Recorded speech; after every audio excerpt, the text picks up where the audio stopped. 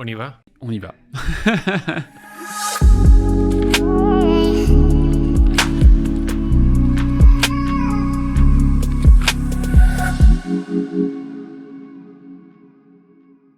Hi, Sean. Welcome to the show. Hi, how are you? Thanks for having me. You're active in a field which I have to confess I didn't know before. You're in philanthropic capital investment. So what's that special beast? Don't feel bad. Most people have not heard of that. Essentially, it's a new industry where we're looking to institutionalize the investing of philanthropy. Today, big philanthropists basically write checks to nonprofits, their school, their church, but they don't have ways to invest that philanthropy in larger amounts with managers like private equity gets invested. Back in 1980, private equity firms didn't have funds. They were just doing deals. And eventually that industry was institutionalized. So there's a lot of philanthropy, primarily the Giving Pledge philanthropy. Billionaires who have said they're going to give half their money away. Just the Giving Pledge is 230 people. It's about $1 trillion in capital that is unmanaged. It's not being offered deals. It's very hard to give away that money as a philanthropist. So we're basically creating deals where philanthropy can be invested with later stage private companies that can take in a lot of capital that is inexpensive capital and that allows them to do things with much greater impact. And they have the management teams to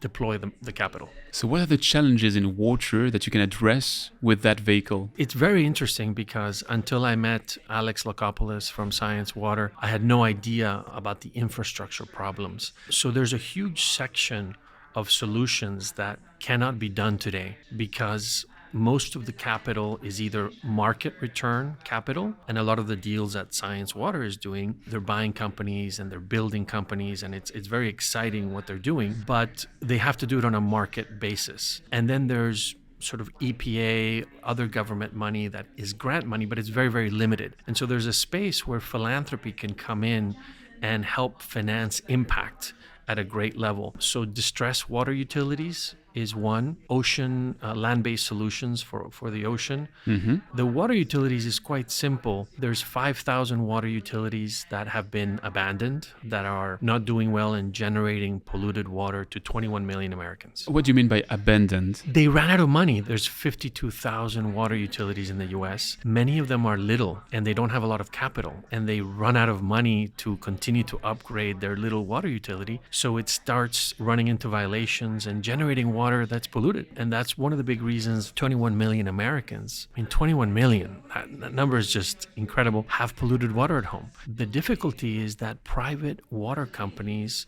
can't go buy these distressed water utilities because the economics doesn't make sense. The cost to upgrade is too high for them to obtain their minimum return. So by blending large philanthropy into these deals, you can have the private water company afford purchasing and upgrading and running these water utilities. And we're talking about 100 billion of philanthropy can finance the purchase and acquisition and upgrade of 5,000 little water utilities. In theory.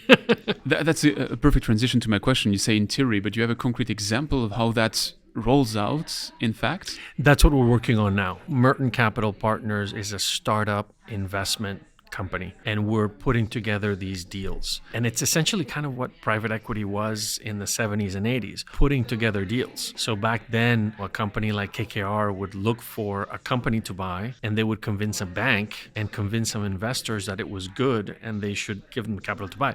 This is kind of what we're doing now.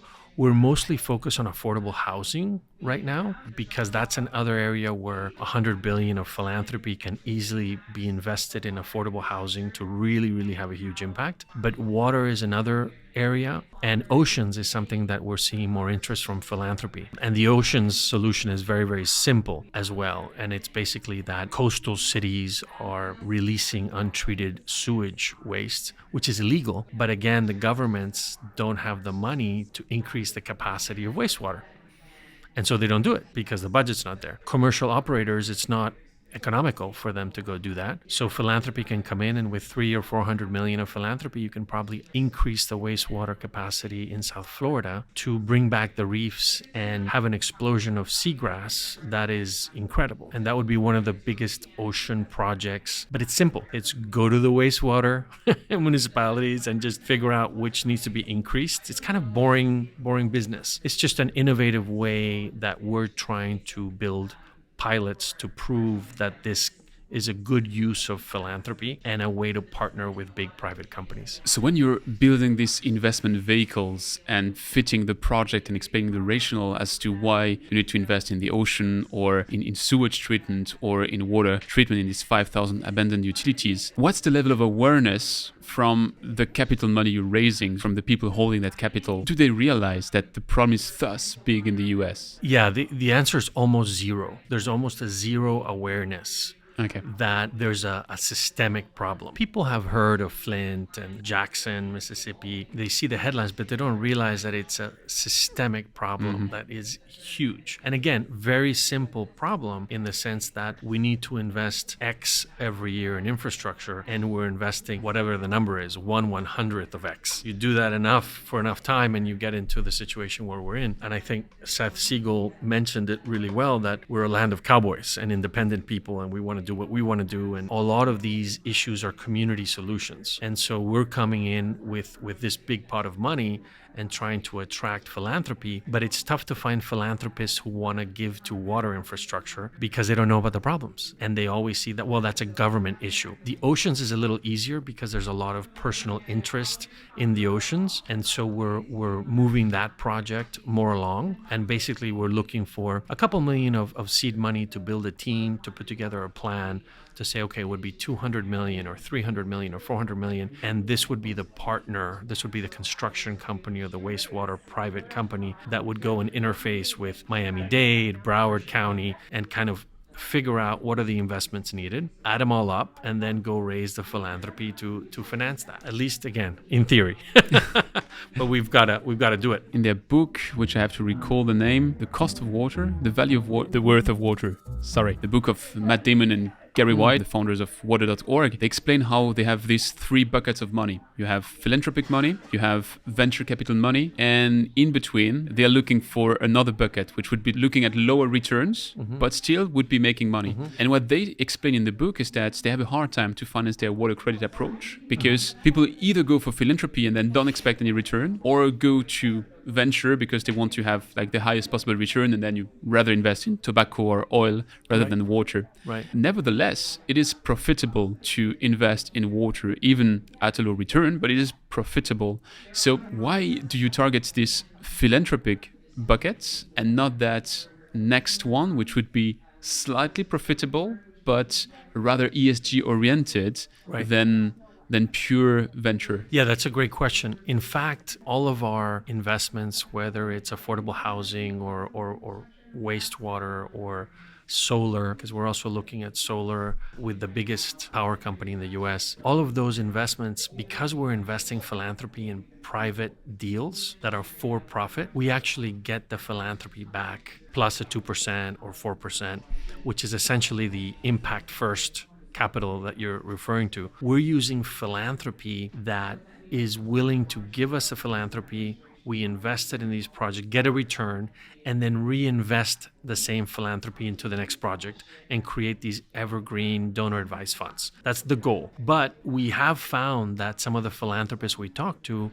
have a foundation that has very specific buckets of what they give to, and we don't fit into that. But maybe they have an impact investment arm, and we can use 2% for-profit money in the same deals. So we're agnostic to that, but we're focusing more on the mega philanthropy because it's such a clear pool of money. These individuals have said, we're going to give the money away. And the vehicles to do that are not there. There isn't a way to easily do that. And some of the people who are actively trying to give money away have told us it's harder to give away the money than it was to make the money, which is hard to believe, but it's true. I had on that microphone Reinhard Hübner saying that right now there's too much stupid money chasing too few stupid projects or even good projects. I guess that's where you fit in to try to find the opportunities for that money to to come to good use? How much do you have to evangelize? What a great term. What a great term. That's what I'm doing all day. Many times I'm going to foundations and saying, hey, this is what we're doing. And they're not finance people. And so they see these acquisitions and they see these investments with developers for affordable housing where we're actually leading the deals. And it's kind of a different world. That's not an easy conversation. On the other hand, we might talk to a private equity billionaire and he gets what we're doing right away, but he's never seen that you can invest philanthropy in private deals, which the IRS allows you to do. It's just been done at the venture level with very small projects. Changing somebody's mind that has been giving large checks to Harvard University and you're saying, no, we can invest in a private company, and they're like, no, you don't. You can't. A lot of it is that evangelization of finance and figuring out how to explain something. Our challenge is to sit with somebody for 15 minutes. That's the biggest challenge. Once they hear it, it makes sense. And then you have to get them to the point where they would pull the trigger on and that's the stage we're at with several philanthropic groups. But when you're doing something new, usually it takes 10 years to create. This is kind of like a new subsector of private equity. It's the active investing of philanthropy and really making direct investments that are very targeted. And going back to your point, like all charity is good, all philanthropy is good. But what we're building are vehicles where you can buy one water utility and upgrade it, then you can do 10, then you can do 100, then you can do 1,000. Yeah. Because then the private company who you're investing with is aligned and their incentives are to make more money. And we're able to finance that. It becomes a real nice win-win at scale. Fascinating field. As I said, I'm a muggle to it, so I'm discovering it.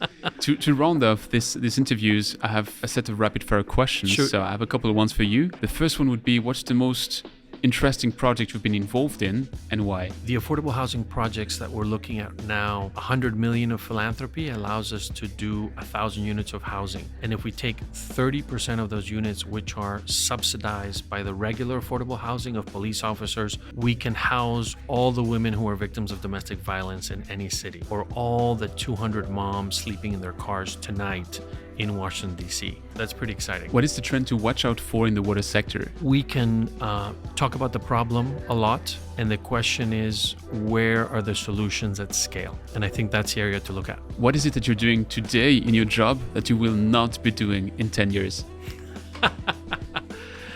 Explaining to people what our deals are and how this new set of philanthropic private equity works. Well, Sean, it's been a pleasure. Thank you for introducing me to that word, and I hope that in 10 years you don't have someone like me asking you, what is it? Thank you. And enjoy the conference. This is it for another episode of the Don't Waste Water podcast. I'd like to hand out a special thanks to Science Water for enabling it. And if you enjoyed it, make sure to give it a review on Apple Podcast, Spotify, or wherever you get your podcast from. I don't know if I deserve 5 stars, but my guest surely does. Do it now, tell it to your friends, and I'll be back very soon with the next interview.